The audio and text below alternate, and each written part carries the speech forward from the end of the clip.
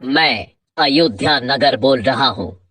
मेरा नाम अयोध्या इसलिए पड़ा क्योंकि मुझे युद्ध में ना तो कभी पराजित किया जा सका और ना ही किया जा सकेगा।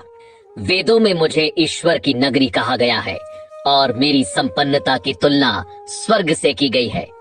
आदिकाल से मैं पवित्र सरयू नदी के तट पर 12 योजन लंबाई और 3 योजन चौड़ाई में बसा था। कई शताब्दियों तक मैं सूर्यवंशी राजाओं की राजधानी रहा। मेरा इतिहास हिंदू धर्म के सबसे पुराने इतिहासों में से एक है। मेरी उत्पत्ति ब्रह्मा जी के मानस पुत्र मनु से संबंधित है। मैं और मेरा सूर्यवंश मनु के पुत्र इक्ष्वाकु से प्रारंभ हुआ था। वेदों और पुराणों में मुझे अयोध्या के नाम के साथ और भी कई प्राचीन नामों से पुकारा गया है, जैसे साकेत, कौशलपुर, अवध, श्रावस्ती और अयोध्या। मेरा नाम अयोध्या यूं ही नहीं पड़ा, बल्कि इसके पीछे बहुत बड़ा धार्मिक महत्व है। स्कंद पुराण के अनुसार आ अक्षर ब्रह्मा है, या अक्षर विष्णु है तथा धा अक्षर शिव का स्वरूप है। यदि आप वेद व्यास के हाथों लिखित अथर्ववेद के पन्नों को पलटेंगे तो भारत की सबसे प्राचीन सप्तपुरियों में प्रथम स्थान पर आपको मेरा ही नाम दिखाई देगा।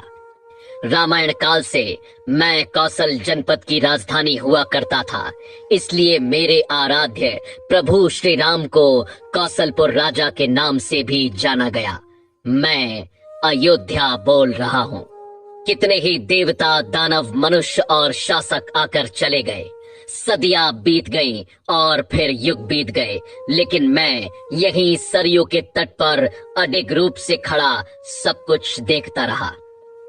मैं वो महासौभाग्यशाली नगर हूँ जिसकी गोद में खेलकर रघुनंदन श्री राम बड़े हुए। वो जन्मभूमि जहाँ मेरे आराध्य राम लला ने पहली किलकारी की, वो दशरथ महल जहाँ मेरे प्रभु का बचपन बीता, वो वन मार्ग जहाँ से गुजरकर रामचंद्र जी गुरु वशिष्ठ के साथ गुरुकुल गए, वो अवधपुरी जहाँ से श्री राम की भव्य बारात निकली थी, वो कनक महल जो महारानी कैकई ने सीता जी को मुंह दिखाई पर भेंट किया था, वो सरयू का किनारा जहां श्री राम और माँ सीता ने पहली होली खेली, वो हनुमानगढ़ी जहां हनुमान जी ने कई वर्षों तक रहकर अयोध्या की रक्षा की, वो राम की पैड़ी जहां खड़े होकर राम लक्ष्मण ने संसार के सारे तीर्थ स्थानों के एक साथ दर्शन किए, वो सहस्त्र धारा घाट जहां लक्ष्मण जी ने अपनी देह त्यागी और शेषनाग के रूप में दिखाई दिए, वो गुप्तार घाट जहां स्वयं मेरे प्रभु श्री राम जल समाधि लेकर बैकुंठ को लौट गए। मुझसे विदा लेते वक्त उन्होंने मुझे अमर और अजय रहने का वरदान दिया था। मेरी आंखों में बिछो के अश्रु भर आए थे। मैं अयोध्या बोल रहा हूँ। यह सभी कुछ अपनी इन्हीं आंखों से देखा है मैंने। मेरे प्रभु जब 14 वर्षों के वनवास पर चले गए, तब मेरे नगर का बच्चा बच्चा रोया था। महाराज दशरथ को मैंने पुत्र वियोग में तड़प तड़प कर अपने प्राण छोड़ते हुए देखा। मैं वहीं उनके पास ही खड़ा था। सभी रोए, लेकिन मैं फिर भी कमजोर नहीं पड़ा। मुझे विश्वास था कि मेरे कोने कोने को अपनी आभा से प्रकाशित करने वाले प्रभु श्री राम एक दिन लौट कर आएंगे। वह दिन भी आया जब सबके प्राणों से प्यारे श्री राम वनवास से लौट कर आए। उस दिन मेरी भूमि पर महादीपोत्सव मनाया गया था। मेरी शोभा को मानो 4 चांद लग गए। मैंने अपनी आंखों से श्री राम का राज्य अभिषेक होते देखा, जिसके पश्चात उन्होंने 11,000 वर्षों तक राज्य संभाला और मेरी गरिमा को सजाए रखा।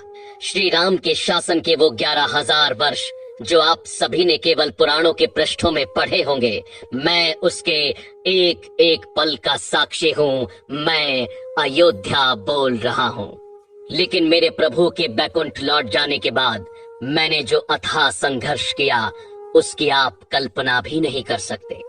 श्री राम के जाते ही संपूर्ण अयोध्या पर बसने वाले मंदिर, राजमहल, घर द्वार, सभी कुछ को मैंने सरयू में समाहित होते देखा। वह दृश्य मैं आज भी नहीं भूल सकता, जब मात्र मेरी भूमि ही शेष रह गई थी। अनेकों वर्षों तक यह भूमि यूं ही रिक्त पड़ी रही और मैं प्रतीक्षा करता रहा इसे पुनः सुसज्जित करने वाले की। अनेकों वर्षों बाद यह प्रतीक्षा खत्म हुई और भगवान राम के पुत्र महाराज कुश ने अपनी युवावस्था में सर्वप्रथम अपने पिता श्री राम के पुण्य जन्मभूमि पर मंदिर का निर्माण करवाया। सूर्यवंश की अगली 44 पीढ़ियों तक यह अस्तित्व में रहा। वर्ष बीतते गए और पूरा युग बीत गया। मैंने द्वापर युग का आरंभ भी देखा और उसका अंत भी। सूर्यवंश के अंतिम राजा बृहदबल की मृत्यु महाभारत के युद्ध में अभिमन्यु के हाथों हुई और उसके बाद मैं एक बार फिर अकेला पड़ गया। कलयुग का आरंभ हुआ। समय के साथ धीरे धीरे मैं लुप्त होने लगा। मेरे अयोध्या नाम को जानने वाले सभी मुझे छोड़कर चले गए। कलयुग के आते ही मेरी फिर से अस्तित्व में आने की उम्मीद टूटने लगी। लेकिन कदापि मेरे आराध्य श्री राम की ही कृपा थी कि कलयुग के आरंभ में एक दिन चक्रवर्ती सम्राट विक्रमादित्य शिकार खेलते हुए मेरी अयोध्या भूमि पर पहुंचे।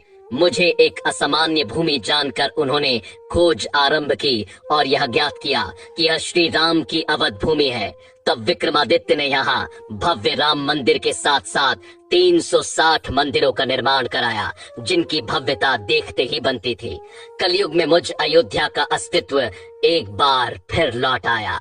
इसके बाद समय समय पर मैंने अच्छे और बुरे दिन देखे, लेकिन मैं अडिग रहा।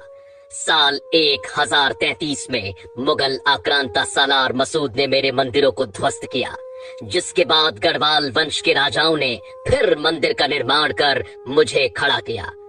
साल 1528 में मुगल बादशाह बाबर के निर्देशों पर फिर मुझे कुचलने की कोशिश की गई और मेरे सर्वस्व श्री राम के पूज्य जन्म स्थान पर बलपूर्वक मस्जिद खड़ी कर दी गई।